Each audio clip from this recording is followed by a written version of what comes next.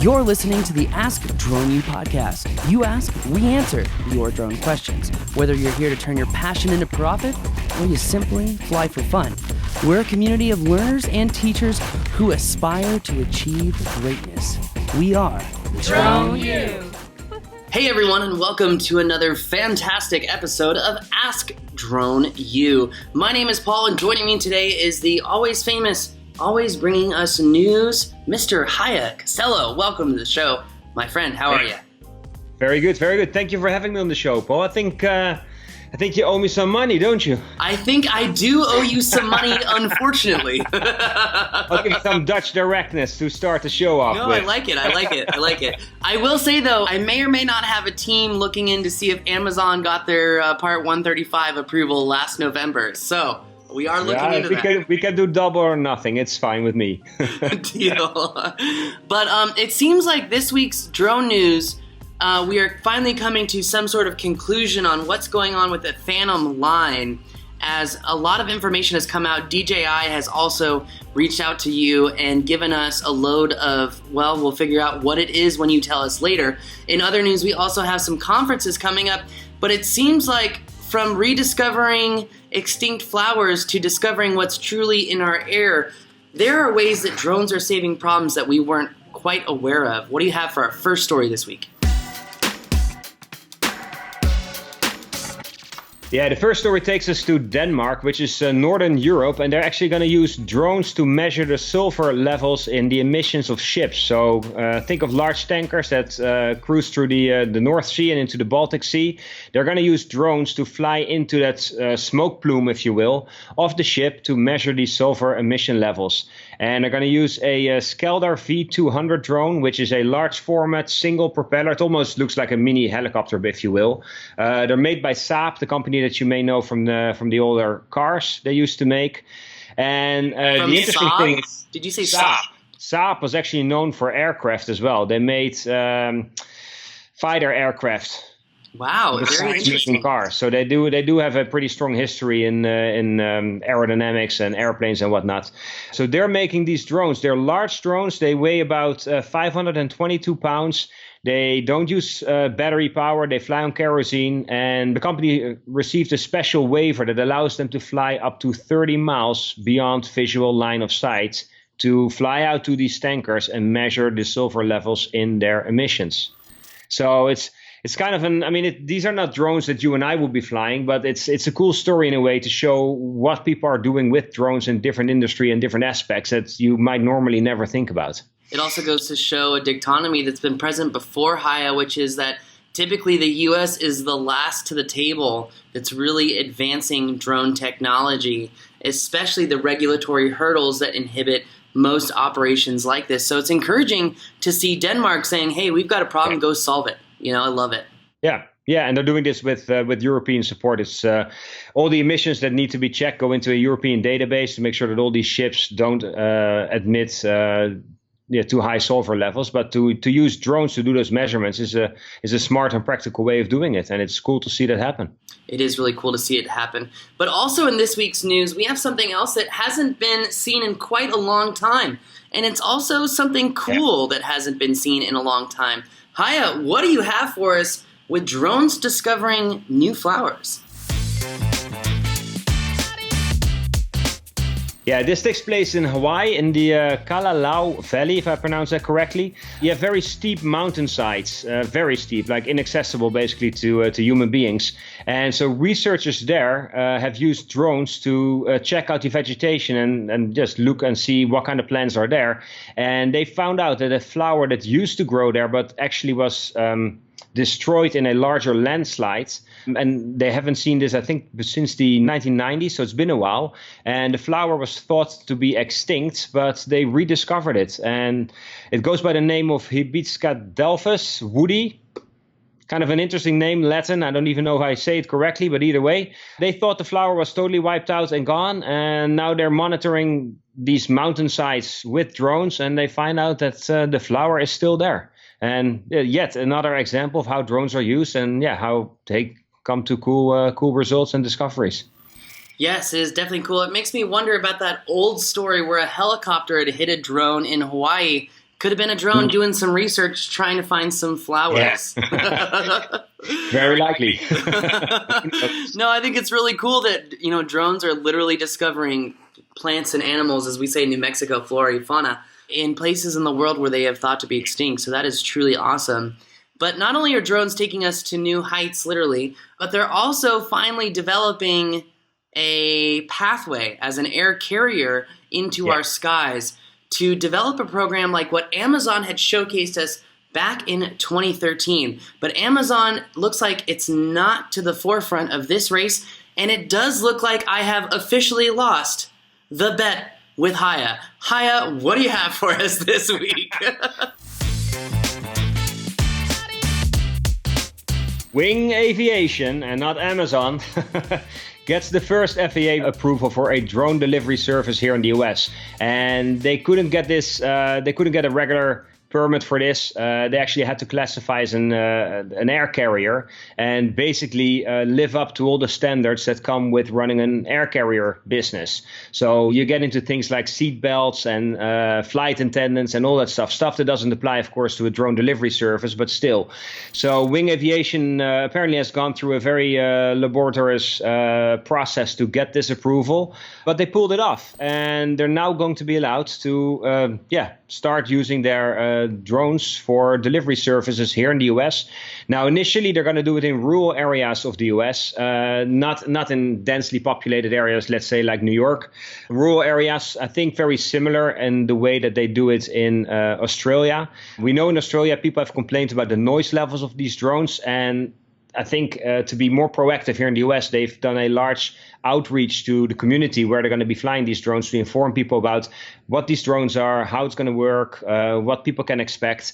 And I think they try to do at least a better job of informing the people to hopefully get a higher level of acceptance. Very cool news, of course, the fact that we're going to get a first drone delivery service here in the US. And I'm very excited to see what we can learn more once they start their flights. And they expect to be starting in a couple of months from now, so it shouldn't be too much longer.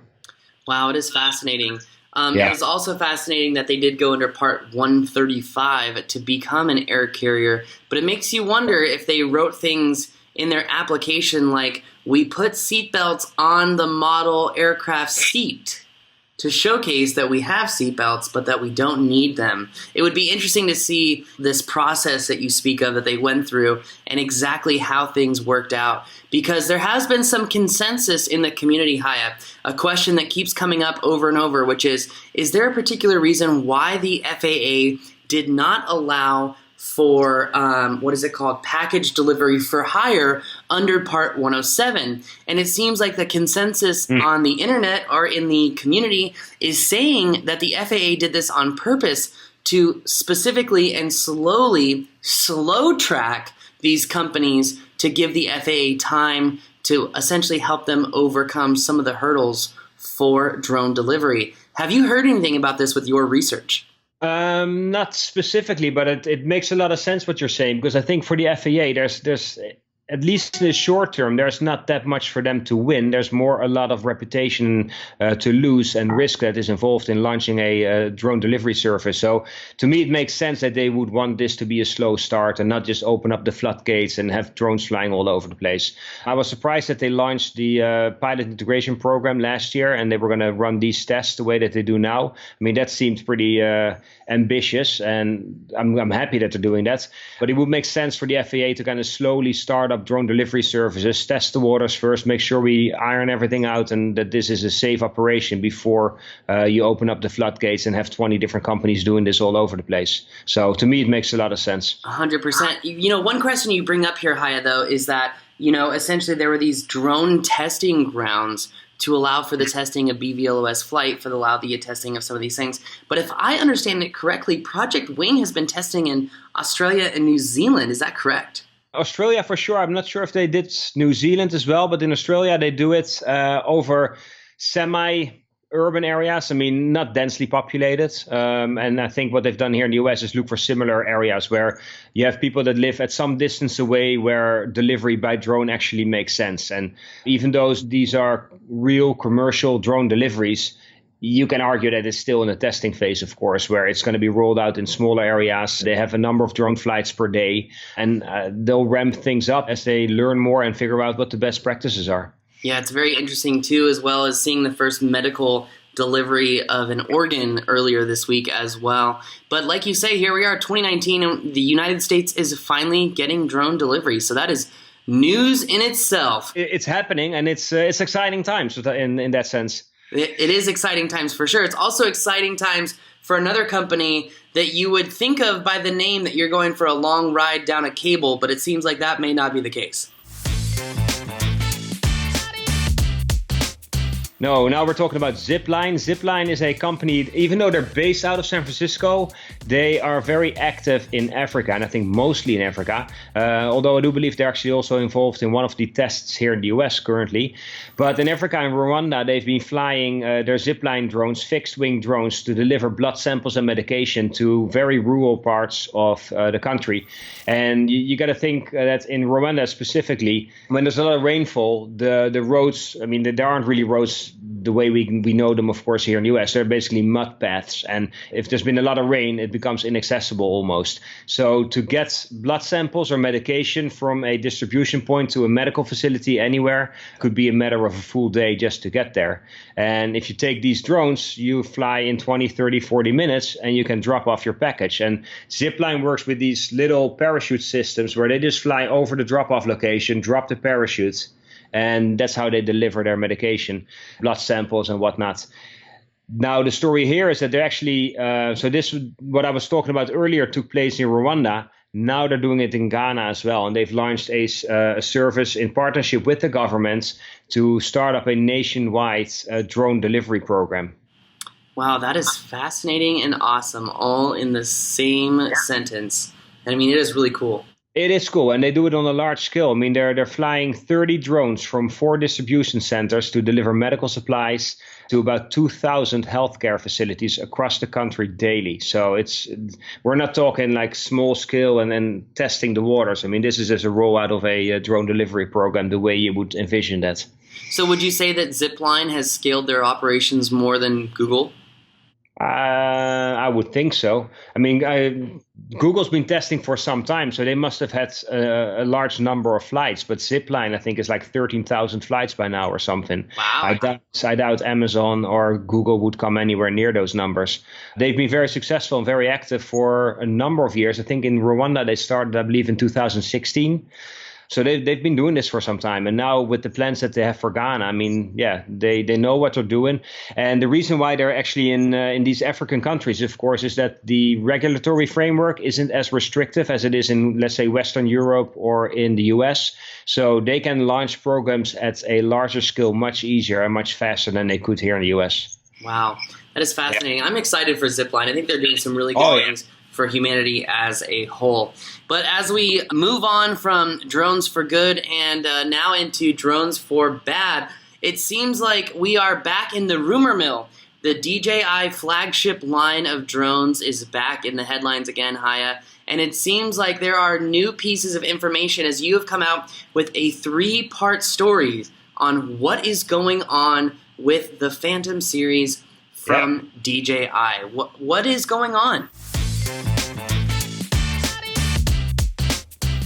There's a lot of stuff going on. We decided to break it up in 3 different stories because otherwise it would just become this one lengthy article. And I know online people have 0 patience, so nobody would make it to the end. So we broke it up in 3 pieces, starting with the Phantom 4. It's been out of production. It's been out of stock since early November last year. It was supposed to be back in stock at some point. It still hasn't. It's been out of production. We've seen that in messages that were sent by DJI support on Twitter to customers. And most recently, we had Romeo Derscher from DJI say that the DJI Phantom 4 line is pretty much done, game over. And if you listen to him, you may wonder if there is actually going to be a future for the Phantom line, the way he said it. So we wrote this article. It wasn't the first article, by the way, that we wrote about the DJI Phantom 4 being pretty much game over. But we started this rumor series again with going back to the Phantom 4, talk about that first. And then we spoke about the Phantom 5. And what we've learned, and we've had this information for about the last 10 days, that apparently the Phantom 5 line has been cancelled. And we tried to confirm these rumors as best as we can, and we were fact-checking through different channels, and we felt confident enough to put at least this article out there saying that, hey, based on what we know today, it is more than likely that DJI will not continue the Phantom line, and there will not be a DJI Phantom 5. Now, going back to 2018, early summer, we, of course, have seen those prototype models that look like Phantom 4s with interchangeable lens systems. And the latest rumors we had later in that year was that there were going to be two models for the DJI Phantom 5, one with a zoom lens and then one Pro version where you would have interchangeable lenses that would have been most likely a 15 or 16 mil lens, 24, 35 and 50. And we've seen different of these lenses show up in leaked photos. DJI always denied that this was a Phantom 5, and they said, oh, this is just a prototype, a one-off for an enterprise customer. We and many other people in the drone industry have always wondered whether that would be the case, because it seems very, very expensive to make a one-off version of a Phantom when you can easily just get an Inspire drone and use that for the same purposes. So we never really bought into that story. However, now based on the latest information, it seems that in all likelihood, there isn't going to be a Phantom 5. Of course, maybe plans change in the future. Maybe in 2020 there might be, but based on what we know today, that seems very, very unlikely. Now, this brings us to the third part of the story, which is the Mavic 2, the Zoom and the Pro models.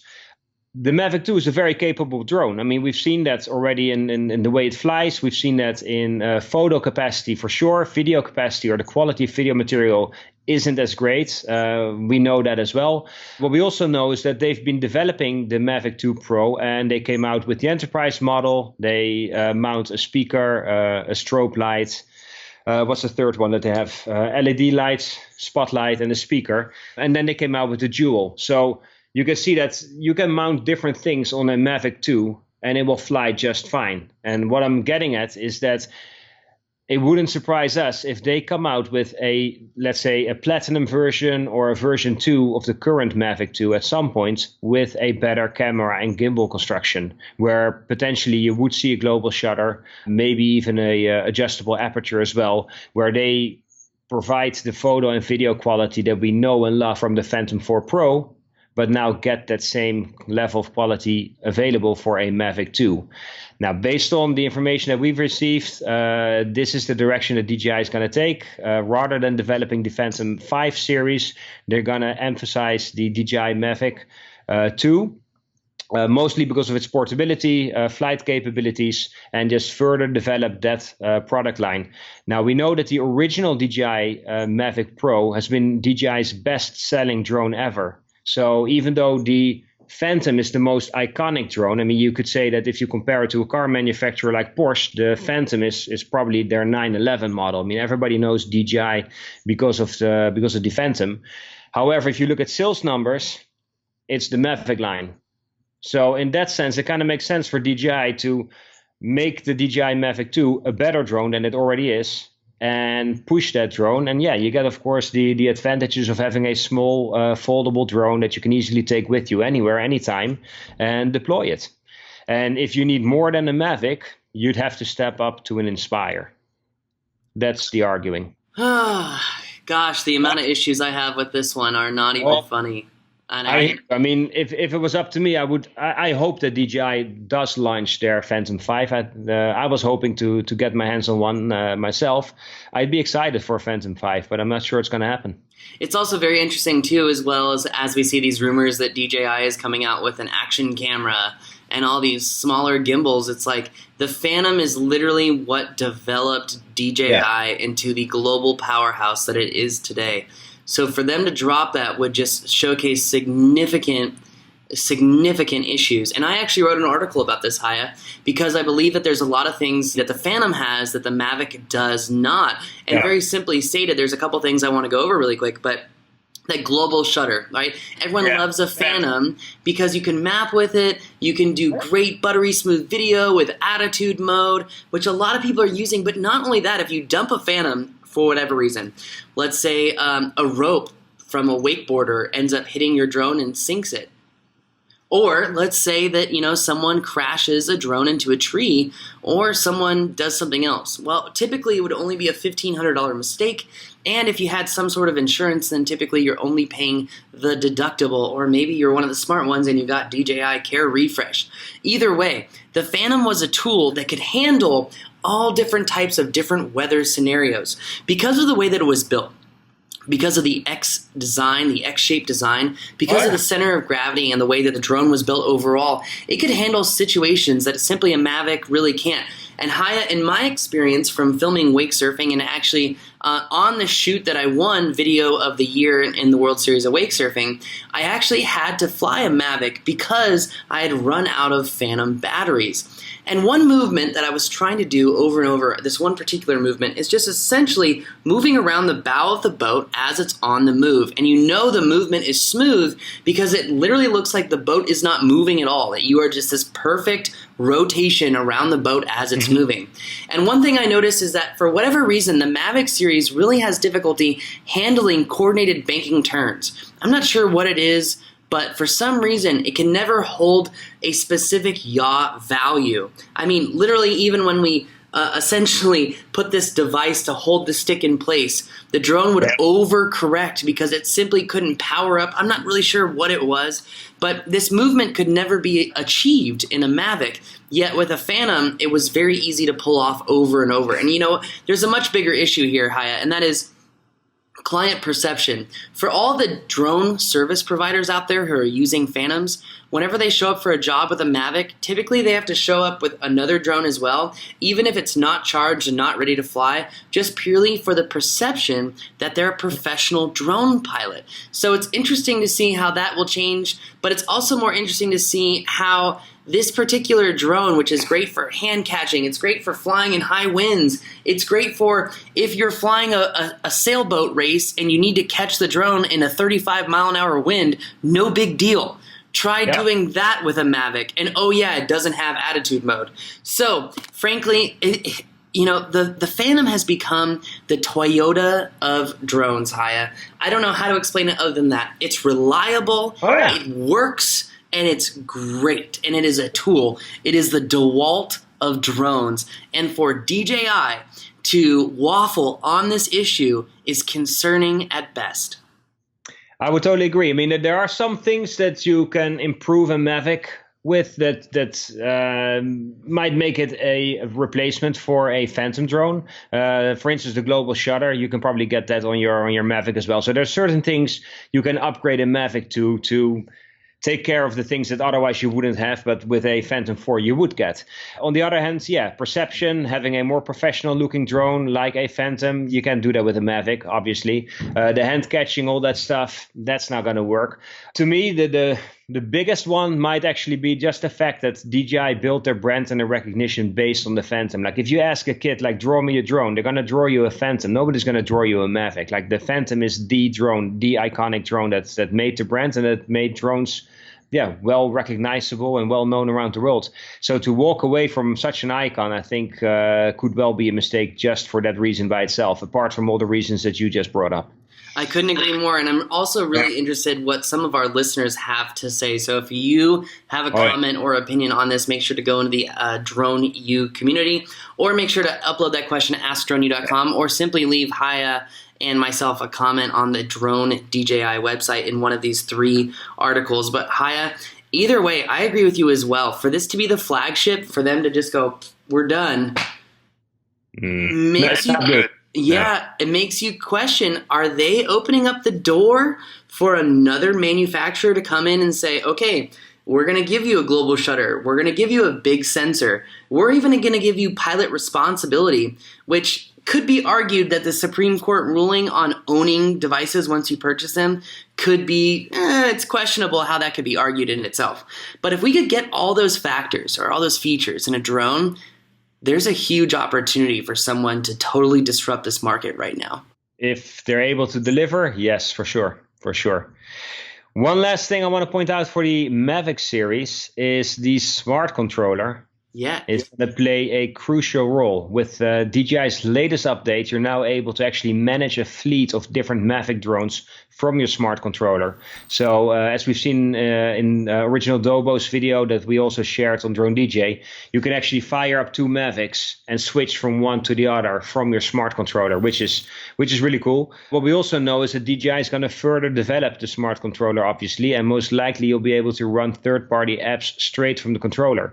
So going back to the future of the DJI Mavic 2, in combination with the smart controller, they're clearly focusing on commercial and professional drone operators with that drone. So maybe the whole perception thing about you have to have a Inspire or a Phantom to be perceived as a professional drone pilot, maybe that's not going to hold true in the future.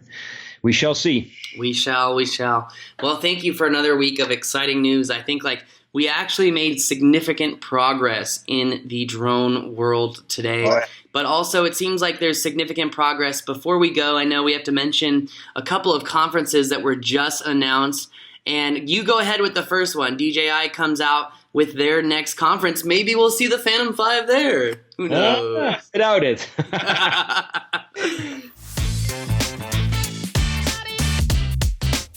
Airworks 2019.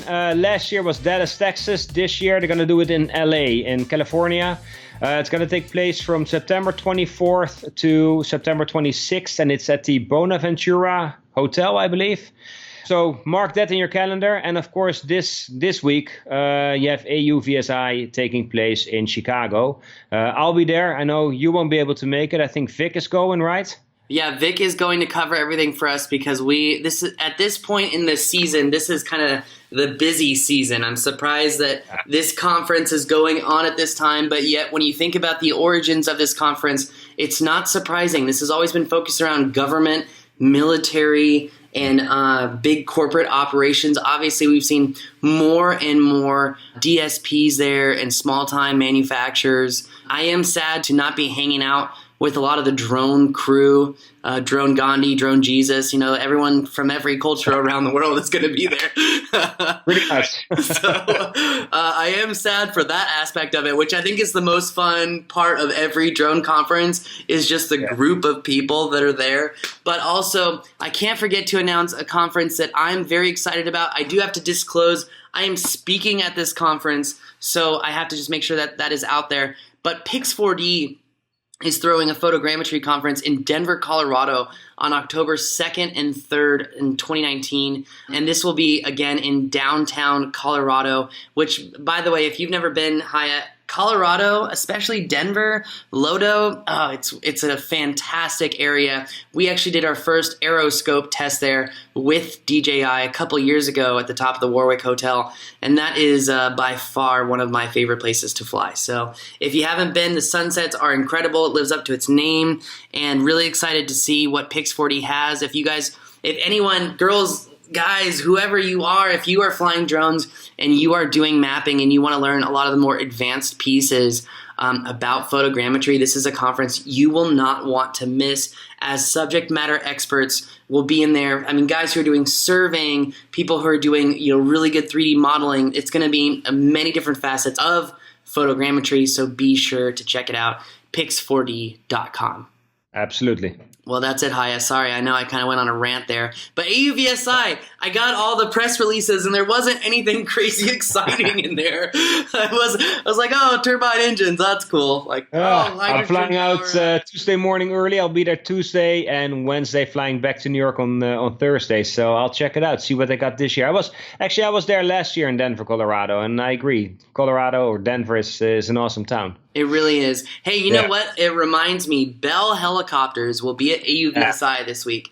And I unfortunately missed the opportunity at CES to be able to fly their simulator. Well, I don't know if you know this, but there's like a hidden competition in the drone industry right now for who has the smoothest flight on that Bell Avatar helicopter. And I haven't been able to fly it yet, but 2 Drone U students literally round out 2nd and 4th place right now. So I'm really trying to get on the simulator right now. I'll give it a shot. If they let me in, I'll see if I can get my name on the list. Who knows? All right, let's see how it goes, Hayat. Hey, well, guys, on that bombshell, Hayat, thank you so much for joining us on the show again for another news episode, coming a little bit late this week, as always, but we are like you. We're humans. We have schedules. We have families. We have responsibilities, and unfortunately, I've been traveling this week. So, Hayat, thank you again for coming on the show, my friend, and look forward to doing it again all next week. Thank you, man. Pleasure being on your show as always. So, looking forward to the next one. Definitely looking forward to the next one. All right, ladies and gentlemen, that is going to do it for us today. Thanks again for watching. Don't be afraid to leave us a review or subscribe to get those shows automatically. That way, whenever we do the shows, you're going to get them. Well, that's going to do it. You're listening to another awesome episode of Ask Drone U.